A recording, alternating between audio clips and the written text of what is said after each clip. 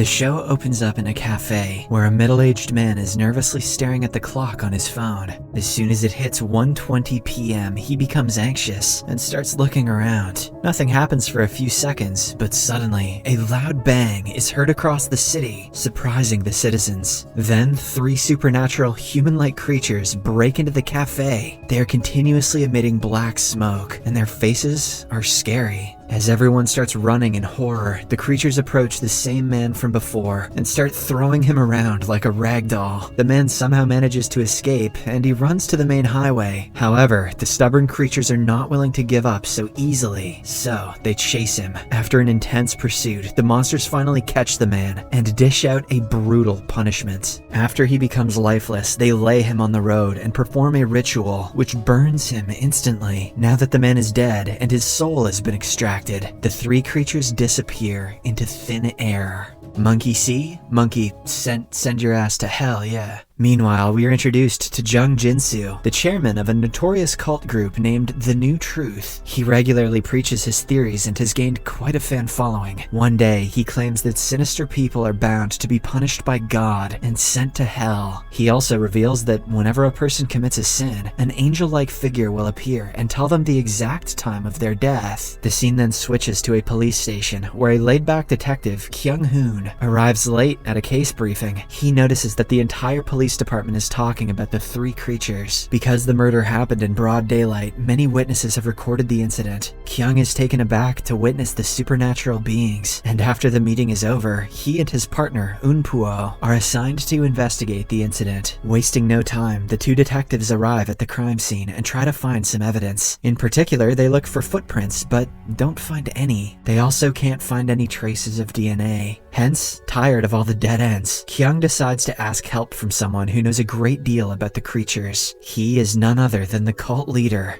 Jung. Shortly after, the 2 detectives arrive at a gathering where Jung is displaying images of people who were killed by the supernatural monsters. He claims that whenever someone is supposed to die, an angel appears in front of them and reveals their exact time of death. The only way to avoid their demise is by living a peaceful life with no sins involved. After the meeting ends, Kyung notices his daughter, Hee-jung, there, and realizes that she is also a follower of the cult group. Following this, the detectives try to interrogate Jung, but he only talks about his personal life. He reveals that when he was 20 years old, he wanted to commit the unthinkable, but fortunately, when he saw the 3 supernatural beings, he changed his mind instantly. Jung believes that the creatures have come to Earth to give justice to human beings, so when he saw the creatures for the first time, he formed the New Truth group to make people aware of the creatures. However, Kyung simply laughs at this and states that the laws made by humans are perfectly fine. Counterattacking his argument, Jung reminds Kyung how his wife was murdered and how the killer is still moving freely to this day. Meanwhile, we are shown a single mother, Park Jung-ja, who returns home after a long day at work. To her surprise, her children welcome her with a birthday cake, but as the entire family is rejoicing at the moment, suddenly, an angel-like figure appears from nowhere and reveals that Park will die in 5 days at 3 p.m. Park's son, who is ready to capture his mother's reaction, accidentally captures the angel-like figure instead.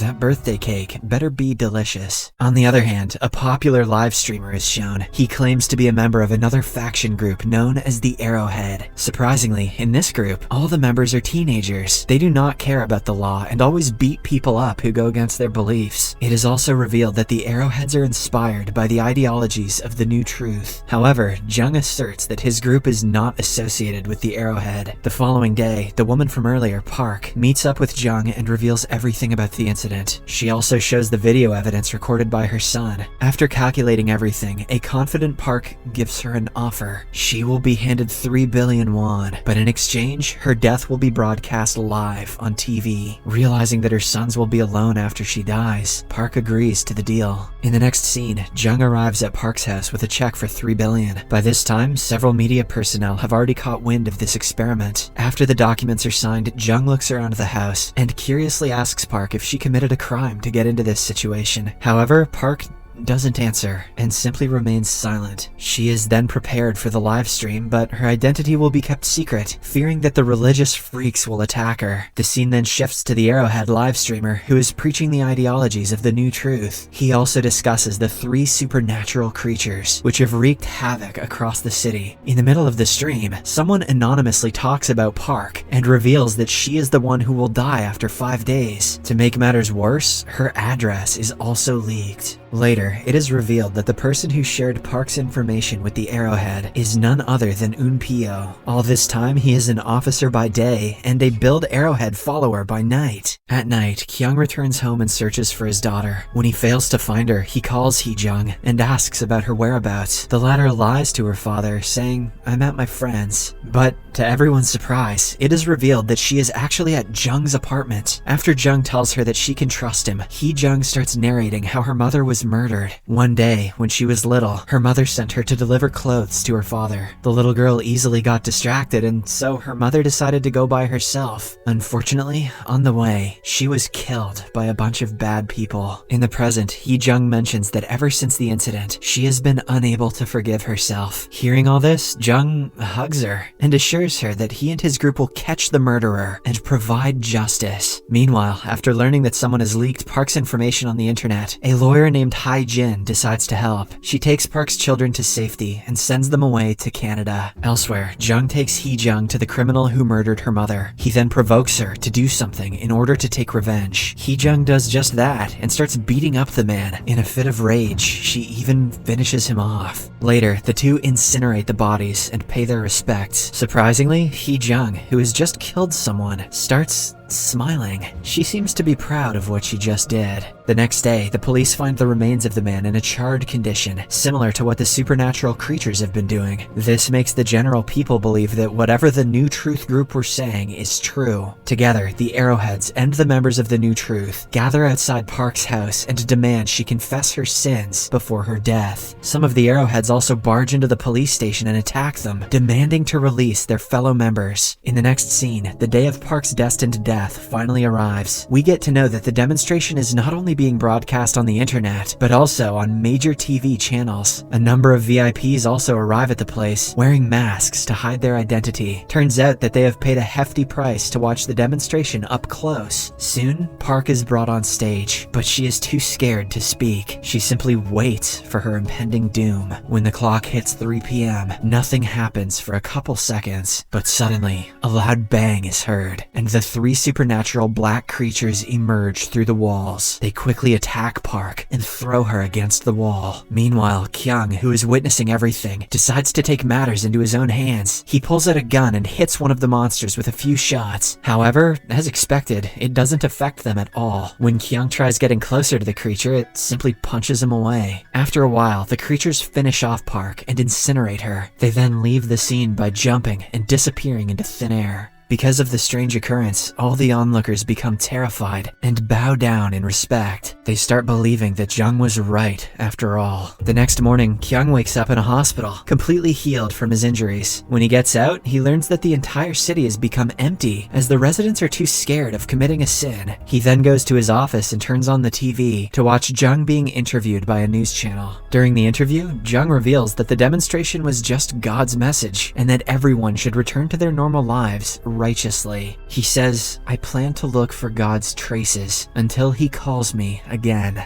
Meanwhile, Kyung goes through the CCTV recording footage and notices his daughter punishing her mother's murderer. At the same time, he takes a closer look at Jung's interview, where he notices his daughter's sweatshirt. Because of this, Kyung immediately leaves his office and heads to find his daughter. On the other hand, the Arrowhead streamer is discussing the previous day's funeral. He reveals that after the creatures killed their target and left, most of the people bowed down in respect. However, the lawyer, Hai-jin, and her colleague didn't respond at all. The streamer conveys the secret to anyone, and soon people start noting to kill the duo. Hae-jin gets to know of this and immediately departs for office, along with her ill mother. Sadly, when she reaches there, leaving her mother in the parking lot, she notices that the office has been vandalized by the members of the Arrowhead. Hae-jin then tries to call her colleague for help, but gets to know that he is in even worse condition. Apparently, the goons have beaten him up badly. Realizing that she is the next target, Hae-jin runs to the parking lot, only to find her mother being attacked by the Arrowheads. After a while, they leave, and Hae-jin immediately rushes her mother to the hospital. Sadly, it is too late, as she dies before getting any treatment. In the next scene, Kyung enters Jung's apartment to find his missing daughter. He doesn't find anyone and exits the building, but just then, some angry goons start attacking him. Kyung is almost beaten to a pulp, but fortunately, Jung calls him in the nick of time and orders everyone to stand down. He then asks Kyung to meet him at a nearby school. On the other hand, a distraught Hae-jin meets a reporter named Pastor Kim, who apparently interviewed Jung 20 years ago. The latter is skeptical about sharing his information, but after a lot of convincing, he agrees. Pastor Kim then plays an audio recording which uncovers a shocking truth. Apparently, when Jung was just a kid, the same angel approached him and revealed that he will die in exactly 20 years. The time will be 10:30 p.m. Hae-jin finds the news very informative and asks for the recording. However, the pastor deletes it. Meanwhile, Kyung arrives at the abandoned school and finds Jung waiting for him. Without wasting any time, the latter reveals that he was met by the angel 20 years ago. However, the strange thing is that he never committed a sin. This implies that the creatures do not target the people who have committed sins. It is a random selection, so anyone can get killed, even a saint.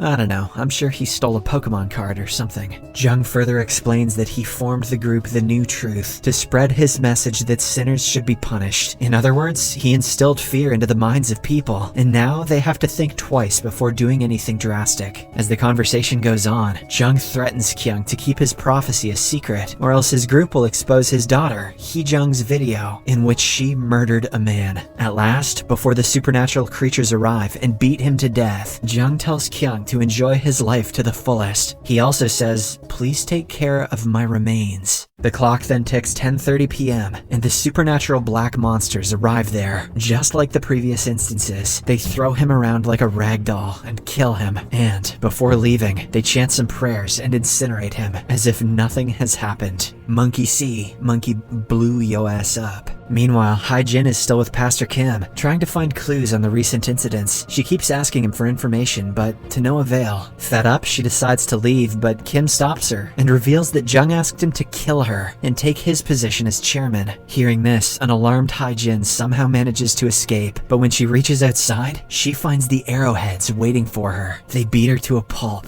until she stops moving. In the last scene, Kyung returns home and finds his daughter waiting for him. Now he is faced with a serious challenge, as he has to keep his daughter's secret hidden. The episode ends as we see Hae-jin's body lying dead among the rocks, under a bridge. Be sure to watch Series Recapped for the remainder of the show. You're not going to want to miss this story.